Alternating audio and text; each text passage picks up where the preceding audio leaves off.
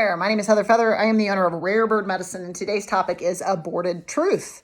I was talking to my ex last night, and he and I dated for about 3 weeks, and he was with 2 other women when he was dating me. And I was telling him last night, I was like, maybe you're polyamorous, dude. You know, it might help on your dating profile to put polyamorous, because if I had known that monogamous to you includes sleeping with other people, I would have never chosen this with you, because I am very, very loyal and very, very monogamous, and Heather doesn't mess around. Heather does not mess around. One man is more than enough for me. It's very satisfying to have a lover, and I find a single individual just packed with complexities and interests and intrigue, and there's so much to get to know in one other being. Like, I'm not trying to keep track. I've got a lot of intention and vision in my own life. I'm not trying to keep track of all that. But he was like, I don't really like labels. Like, I get that. It's very popular in the modern age to be anti-label. And that makes sense, because labels are of the ego. It's kind of how we discern what we want to move towards and away from. But I appreciate knowing my label of loyalty. If we ultimately aren't going to get to have dinner this weekend, we'll have to have it at another time, just because stuff flushed up for him. But if he's in my house and he's my ex and he's somebody that I'm comfortable laying with, I might think, oh, it's winter and I could snuggle with him. But I would have to abort my truth of knowing that I don't want to be with him. I don't want to be with him because loyalty to him means something very different than what it means to me. He even told me that he helped his friend have an affair because, like, the friend thought the wife was having narcissistic issues. And so he's like, oh, well, just sleep with my ex. She sleeps with everybody. And so, like, the way we solve problems, the way we think of things, I would never help a married person have an affair, because I think that would create karma for them. I feel like it created karma for me when I did that in my 20s. And it's part of what has developed such tremendous loyalty in me. So we think of things quite differently. And I'm not right and I'm not better for the way that I think of things. It's just that I think of monogamy and loyalty, and I think of like singular focus with an entity when it comes to romance and relationship. And so, I could have him over, I feel like, and I could say, let's snuggle. And he'd probably be like, okay. But that would detract from, there's a person that actually does have my attention, and I already know I don't want to be with him. And so I'm not willing to abort the truth that I've come to know to be true, which is that he and I are not a match. He hasn't, since I met him, been with one woman. I find one person to be so much to be involved with, and that's okay. That's okay that he pursues multiple things. I'm not better, like I said, but I'm not going to abort my truth of knowing that I want to be with somebody that is loyal like me. I don't know that I'll find somebody that's as loyal as I am, but I would like somebody that loyalty is a priority, and having a singular person is enough. And if it's not enough, we can discuss to figure out how one another's needs can be met. And so, that's more of what I seek. There are a lot of ways we can abort the truth as we hold a particular philosophy. A common example I see in the Christian faith tradition, there's in the Bible a saying that a man should not lay with a man. It's worded in funny ways sometimes, where it's like, kind of sounds like it's saying women should lay with women and men just shouldn't get laid at all. Is this like a pro-lesbian statement? What is this? But there's a statement in there. Some say it's a man should not lay with a boy. I mean, it just depends on, there are many versions of the Bible. And it's important to know that the Bible was written in a language and then translated, and then sometimes translated again. And then sometimes there was a king, like the 𝐃𝐨𝐧'𝐭 Bible, that intervened and told you to pay your taxes. And so this is a sacred text, but I believe all sacred texts, there's greater profundity and power in going to the origins of what the message was in the initial download. And when we start translating, it depends on the consciousness of the translator as far as how that comes out. What I know to be true in the physiology of the beings that divinity created, if we believe in a God, is that 1,500 species of animals engage in homosexual sexual acts. 1,500 species. Humans are just another of the species of creation, and they engage also in homosexual acts. So, you can tell me that a book says don't be gay, but when I look at what was created by what you're calling a creator, 1,500 times in the species paradigms, looks like God says, go ahead and have sex with whoever you want. You know what I mean? So you kind of have to abort the truth of that reality that that's occurring by your creator if you're going to hold fast to the interpretation in the book that has been handled by the hands of man again and again and again and could have been misinterpreted. I'm not saying I'm right. I'm just saying, always saying, question your philosophy. See if the math adds up. Does it add up from every facet of the prism if you want to hold truth? I love the truth. I'm always looking for the truth. And I don't want to abort the truth. I want to find the truth. Even if I have to change philosophies, I would gladly do that if I knew that in the end I would be holding the truth, because that's what I value. And so we're all like deciding what we value. There is the topic of abortion. Speaking of aborted truth, a lot of people that identify as pro-life are pro-death penalty. That's pro-life. I don't know what that is. I don't think that's pro-life. Like, that's saying, an innocent baby is worthy of life, but you've made poor choices and you should die. So it's like, it's okay. I'm not here to call you a hypocrite. I'm not here to judge you. I'm just saying, if you are pro-life, do you mean pro-quality of life, or are you pro-birth? Because most pro-lifers I've experienced as being pro-birth. They're pro-death penalty, which makes them not pro-life, and they're pro-babies being born, but they're not necessarily pro-quality of life, because a lot of babies, they're encouraging women to go ahead and give them up for adoption, and there are tons of children sitting in adoption places right now, praying every night for a parent, sometimes being bullied by the other children, sometimes being sexually or physically or mentally and emotionally assaulted and abused by the nuns and priests that they're engaging with. And their quality of life is very, very poor. They go into a foster care system, and read a child called it. There's nightmares in the foster care system. So I'm not here to tell you to be pro-life or pro-choice.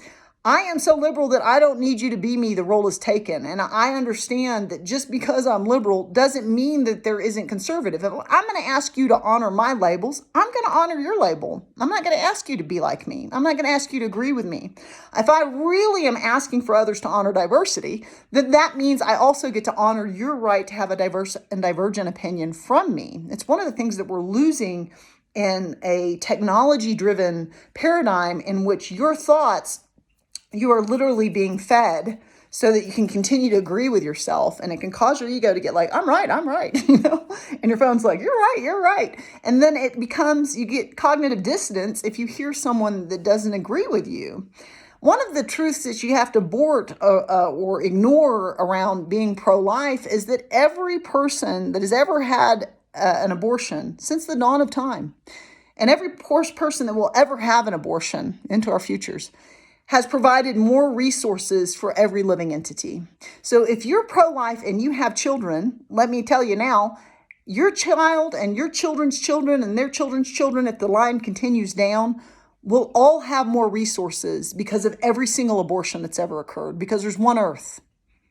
And we have XYZ number of certain resources. And so those abortions have provided for your tribe. And so I'm not here to tell you to be pro-choice. I am deeply believing that I am the steward and commander of my body, and should be. But it's okay if you think you should be the steward and commander of my bedroom or my body. You can be a little dictator. Bless it. No, I don't need you. I honestly do not need you to agree with me. What I'm asking people often is, are you aborting the truth? Are you disconnecting the truth from the truth, the actual truth, in order to continue to agree with your philosophy? And I'm somebody that has deeply questioned my philosophy. I continue to question it. And God's willing, I will always question my philosophy. Am I right? Or do I just think I'm right because I have an ego? Because my experience of humanity is we all think we're right because we have an ego. And the ego's like, you're so right. You're so right. If only people agreed with everything you thought, And that's a fool's errand, because I don't know if I'm right. I know I'm an opinion sack. I know you're an opinion sack. I know we have a tendency to think we're right. And I know often we do a lot of things that are really wrong and messed up when I just look around at the world, So today I am asking, are there any ways that in holding your philosophy, you are disconnecting from aspects of the truth. I've been talking about this recently with atheism and agnosticism. It's like when you disconnect from the spiritual self, you can do that. Certainly you have free will choice. But a lot of times people that identify as atheistic, in my experience, they're like, there's no proof of God. That's a statement that they'll have. And it's like, well, you're denying volumes of burden of proof from NDEs to reincarnation. There are things that have been scientifically tested regarding the concept of consciousness. ION's Institute of Noetic Science does that. Bruce Lipton is a brilliant teacher around epigenetics, and that it's not necessarily your genes and your mom had cancer, so you're going to get it. That's about 10% of what causes dis-ease to land in the body. 90% of it is consciousness. And so there are scientists and physicists and people that are studying things like consciousness, studying things like what happens at death's door, studying things. And so we do have evidence regarding spirit. We have, certainly stories, Joan of Arc getting taken by the Spirit, and all these people that were moved by the Spirit and did these things. But we have things that have been scientifically studied. And so I find it fascinating to say, like, okay, well, I'm atheist because there's no proof of God, but yet you haven't studied any of the evidence of it. You know what I mean? If you want to know if there's a soul, here's an idea: meditate for 2 decades and then come back and tell me if you found a soul. You know what I mean? I feel the same about astrology. It's like, a lot of people will say, like, well, astrology is, have you ever read your horoscope? It's absolute garbage. Yes, that's because this is math. This is simple math. Astrology horoscopes are based on your sun sign. You are not just your sun sign. I'm a Sagittarius sun sign, and I am a wicked, funny, fun broad, just like my sun sign. But I have a depth and a sorrow and a grief and an intensity of the emotional volumes of my heart because I got a Cancer, moon and Mars. I got a Scorpio Mercury and Scorpio North Node and Scorpio cusping sun. I'm not just Sagittarius. So when you take a horoscope, and the math on that is 12 zodiac signs based on your sun sign alone, not Sun, Moon, Mercury, Venus, Mars, Jupiter, Saturn, Uranus, Neptune, Pluto, South Node, North Node, and 18 asteroids, which is your actual chart, including the houses,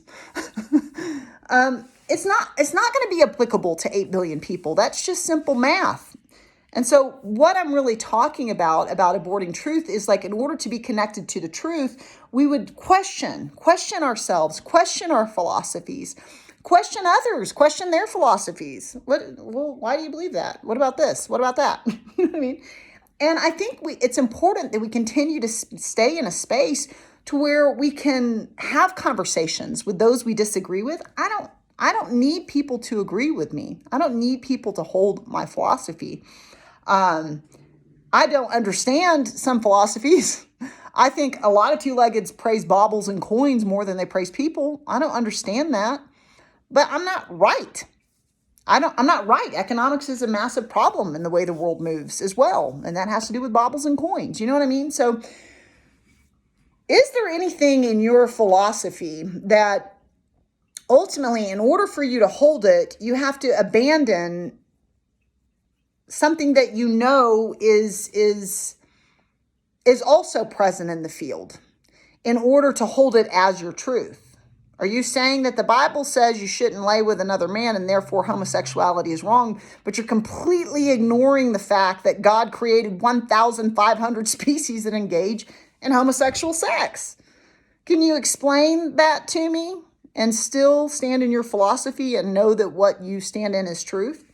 Again, I'm not here to be right. I'm here to have a conversation around what is it we're actually talking about as we engage with one another. Are we looking to find the truth, or are we looking to be right about the opinion we formed and the opinion in which we tend to stew?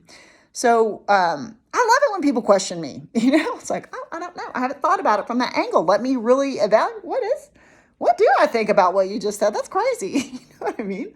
Let's be willing to dive in. It doesn't make you bad or wrong if you've held a philosophy that hasn't been tested, and once tested, it falls apart.